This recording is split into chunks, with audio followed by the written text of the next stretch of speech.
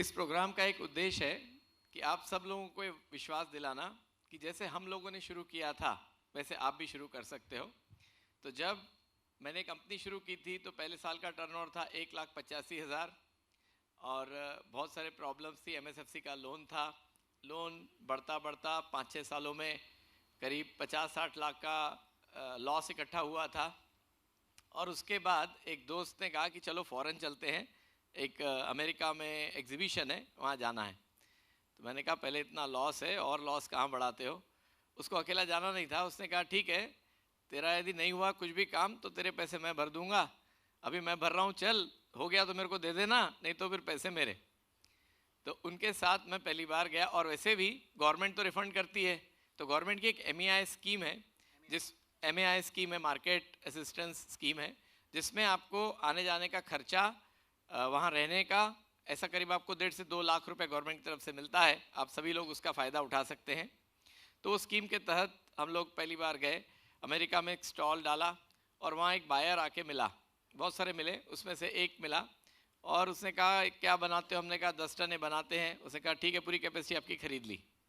लगा ठीक है, एग्जीबिशन में आके बात बहुत करते हैं, जाएगा भूल जाएगा। अभी वापस आ गए। उसका ज़माने में फैक्स होती थी, तो रात को ऐसे फैक्स के फर्रे आने चालू हुए। तो जब गोरा इतना कर रहा है, मतलब इंटरेस्टेड है, समझ में आया। उससे फिर बातचीत हुई। उसने कहा आपका प्लांट ऑडिट करना है। तो ऑडिट क्या होता है उस समय पता नहीं था। तो फिर वो आया, उसने प्लांट देखा और देख के कहा कि आपका प्लांट हमारे वॉशरूम से भी ख़राब है। सुन के बहुत बुरा लगा, ऐसा लगा इसको एक झापड़ मार के यहाँ से निकाल देना चाहिए।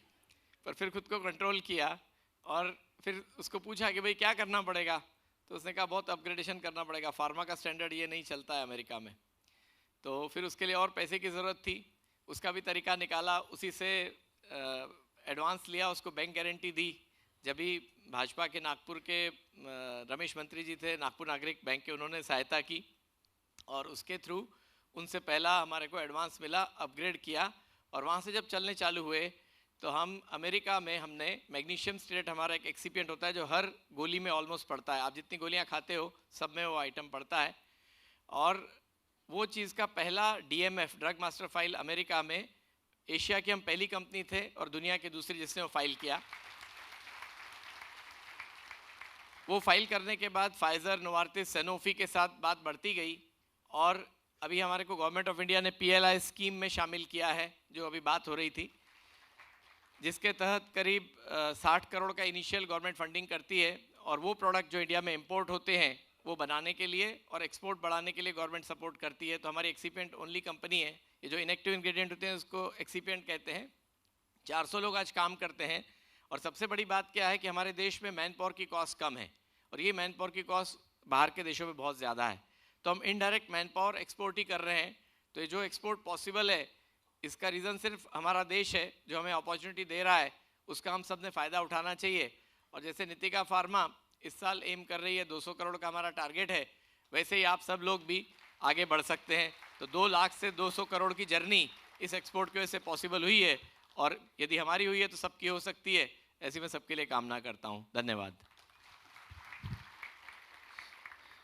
Thank you so much.